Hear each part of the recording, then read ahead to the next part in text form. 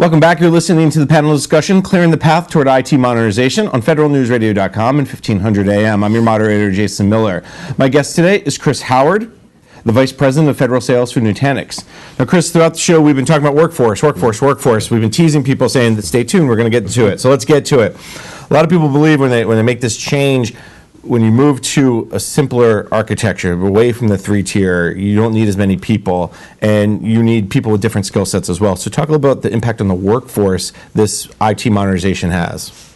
Yeah, so I mean, if you go into the federal data center, and I do this all the time, there's a lot of people managing each one of these different environments. You have a whole server team, a whole SAN team, a whole application team, and so on and so forth. The government is being asked to do more with less, right? So they're delivering more applications and more use cases to their end users, but they're being asked to do it with less IT and less people.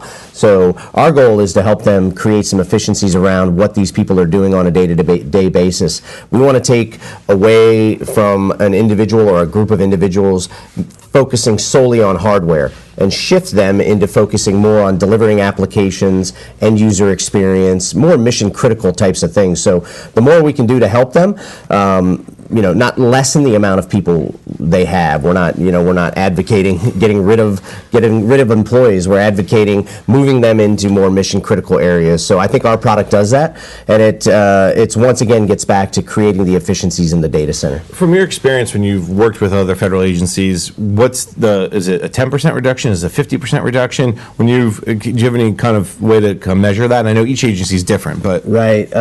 Yeah, I mean, we have some anecdotal information about a couple customers. I won't name the names specifically, but there's one federal customer in particular that we took their environment. First, we reduced the amount of racks from 60 to 10, and we provided them more capabilities within those 10 racks. But at the same time, their workforce managing that infrastructure went from 16 people to 4 people.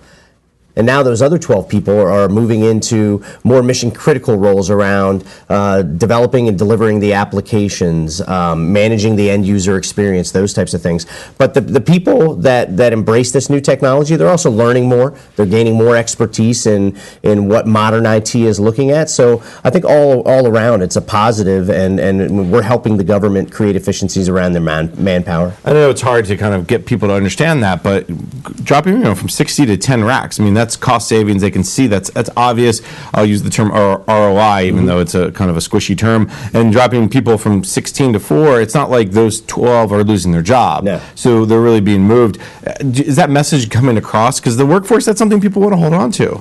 Yeah, and we get a lot of resistance from a lot of meetings and a lot of government entities, because certain people have been in those roles for years and years and years, and it's an important role, but times are changing, innovation is coming. So, while people sometimes are a little standoffish because they think they're going to lose their job, I don't think we've displaced a job since I've been here, but we have moved people into different roles. And once again, it gets back to the point that they're growing their career, they're learning new technologies, and at the end of the day, it's about what makes the customer happy. And the customer's happy when their applications are delivered and the end user experience is what they're looking for.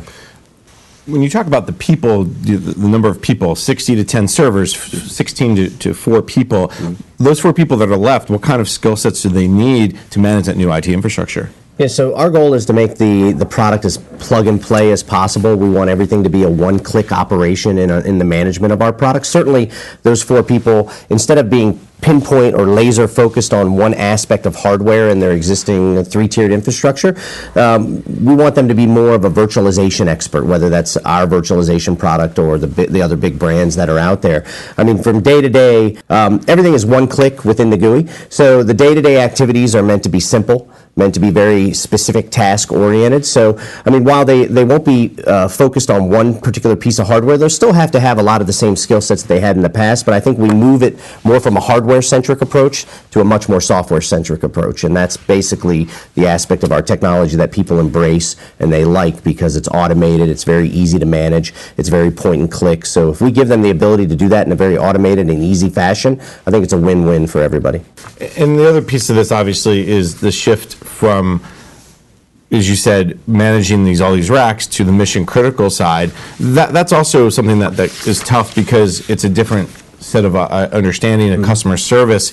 Do you see that within your customers, that people are making that once they understand what's happening and why it matters, that they can make that shift more easily? Absolutely. We have many customers where they have these large staffs supporting the infrastructure, and now that they've fully embraced our technology, these individuals are definitely advancing in their careers, learning new skill sets. A lot of them are shifting over to the software side, so whereas before they would be very hardware specific, now they're dealing with applications that the customer's implementing, and that could be big data, it could be cloud-based technology, stuff that they would never get an opportunity to learn or support in the past. So yeah, I think it's a positive for the majority of the workforce. There are still going to be people that are specific to the infrastructure, but more of those people can now be moved once again to the mission critical or application side.